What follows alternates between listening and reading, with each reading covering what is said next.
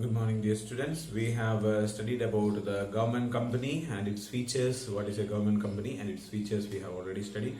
And in today's class, we are going to study the merits of the government company. What are the advantages or merits that the government companies enjoy? Government companies enjoy several advantages which are as follows. A government company can be established by fulfilling the requirements of the Indian Companies Act. A separate act in the parliament is not required. So the first and foremost importance or the benefit of a government company is that it can be established based on the Indian Companies Act. There is no any special act required. So when we studied about the statutory corporations, we have studied that a particular act is made for starting a company or organization. But here in this case, there is no any separate act is not required. Only the Indian Companies Act is there, and based on that, any number of companies can be made. Or means they have to follow the rules and regulations given by the Companies Act. That's all. So when a company wants to start a business, then they have to follow the rules and regulations of the Companies Act, and they can start the company. Then second importance is that it has a separate legal entity apart from the government. So it is not the part of the government, or it is also like part of government, but we can say that the owner of this organization is separate. There are like a separate entity, or it has its own legal value is there. Okay, not on the basis like departmental undertakings and all are there. So they are not having a separate legal entity is not there. It is considered as a part of the government department itself. And here the government companies are having separate legal entity. It has got its own value. Then they have to function by themselves. So the separate legal entity is there for the government company. Then next feature is that it enjoys autonomy in all management decisions and takes decisions according to the business prudence. So it has got its own decision making power. We can say that autonomy or independence we can say. Okay, so they can take the decisions. They do not to fully depend on the government. They have to just take the decisions as they like. It is like private companies are there, so almost a similar way they are able to take the decisions, and its own decisions can be there. There is a management committee will be there. Management committee is there, and the committee can make the decisions according to the interest of the organization and according to the prudence of the organization. The government company can make the decisions. The next point that we have to study is that these companies, by providing goods and services at reasonable prices, are able to control the market and curb unhealthy business practices. So this is a very much important point. Like the government companies are there, so there are so many private companies, and what the companies are doing is that they provide a very low quality product and they charge very high price.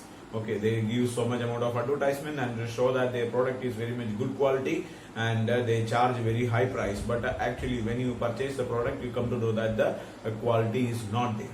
Okay, but these government companies are there, they are providing very high quality product in low price, so that the people will be able to purchase the product. And since there is a competition with the private companies, so these companies will be able to curb the price goes up. So this in order to they can control the price overpricing of the products. If the government companies are providing price products at a high quality, so high quality products at a low price. Okay, so and at the same time, if the private companies are bringing almost similar product with very high price, then what happens is that people will not be willing to purchase that, and the demand for such type of products will come down, so the price also will be coming down.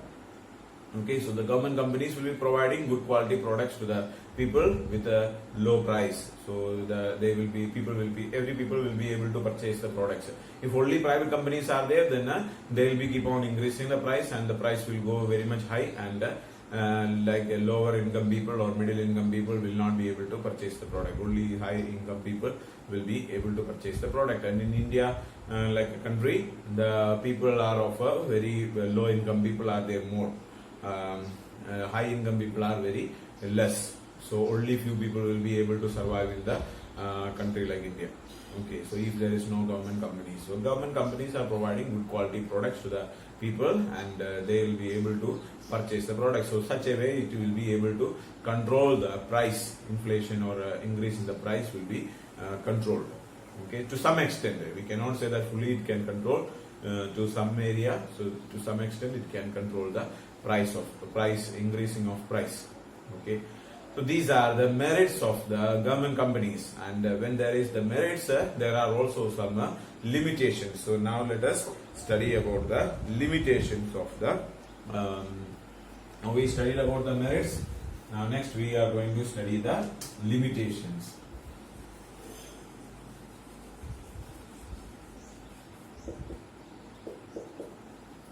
Okay. So there are some limitations or disadvantages of the government companies also. So let us discuss what are they. Despite the autonomy given to these companies, they have certain disadvantages. Since the government is the only shareholder in some of the companies, the provisions of the Companies Act does not have much relevance. So here, some of the even like as I told you that the government companies can have government shareholders as well as the private shareholders, but in some of the government companies only government shareholdings are there. Full of the almost 100% of the shares are held by the government itself.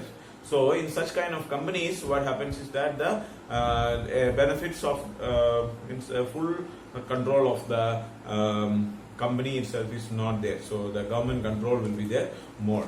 So here, this is a kind of problem, and the provisions of the Companies Act may not be there. So like in Companies Act, there are so many provisions are given. All these type of provisions cannot be enjoyed by the government company since the government is holding majority of shares.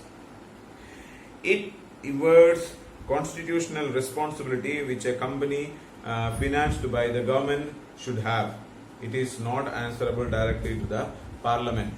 So this is a company which is financed by the government has got some limitations or some kind of responsibilities are there. So these responsibilities are not there for this type of companies, and it is not answerable to the Parliament.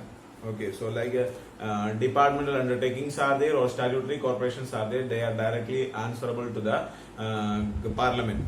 So they will be trying to achieve the success, and if these organizations are not having such kind of any requirement is not there, so even if they are not producing profit, the Parliament they are not necessary to give answer to the Parliament and so on. So they means it is like more liberal they are, so they will be enjoying a lot amount of freedom there.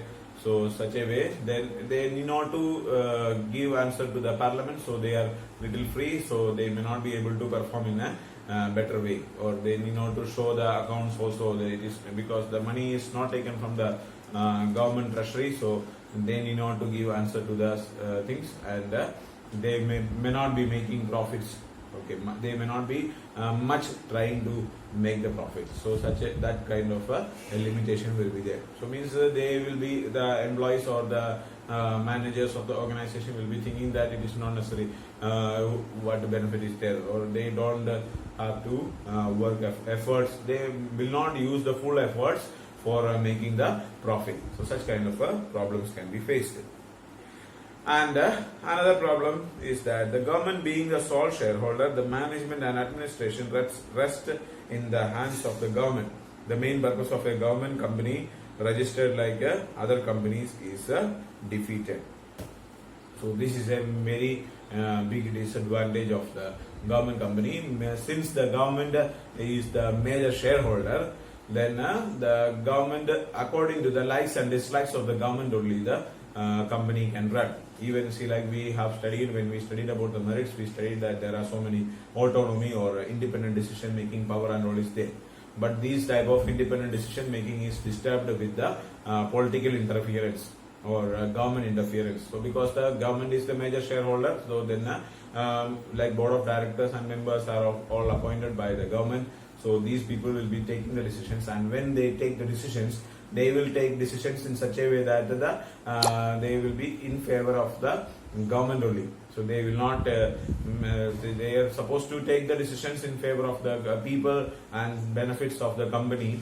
But most of the time, the decisions that they are making will be beneficial for the government, or according to the likes and dislikes of the government, they will be making the decision. So such a way how the private companies are enjoying the freedom, that much amount of freedom cannot be enjoyed, or all the features enjoyed by the private companies cannot be enjoyed by the government companies. See, like if we have to invest a huge amount of money for making profit, or so much amount of risk is to be taken, such type of business or such type of contracts will be cancelled, or government will not be giving permission for taking very big risky businesses and all. And if as you know, if we are not taking a very high risk, then the chances of getting the profit also will be very much low.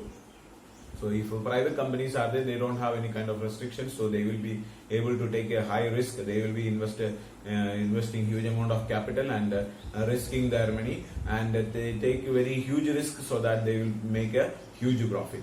But these government companies will not be given permission for investing very huge money, or they will not be given permission to take a very huge risk, so that they will not be getting very huge profit. They will be adjusted with the profits also. They are ready to take only very low amount of risk, so the amount of profit that they will be receiving also very much low. Okay, and also we know that if the decision making is there, so it is slow compared to the private companies. So there are so many formalities are there that they have to complete for completing the decision making. So in private companies, they can make the decisions very fast, and they can produce the product and make it available in the market, and make a lot amount of profit. See, like any kind of emergency situations or different situations are there. So in those situations, private companies will be able to make decisions very fast, and they will be able to produce products very fast.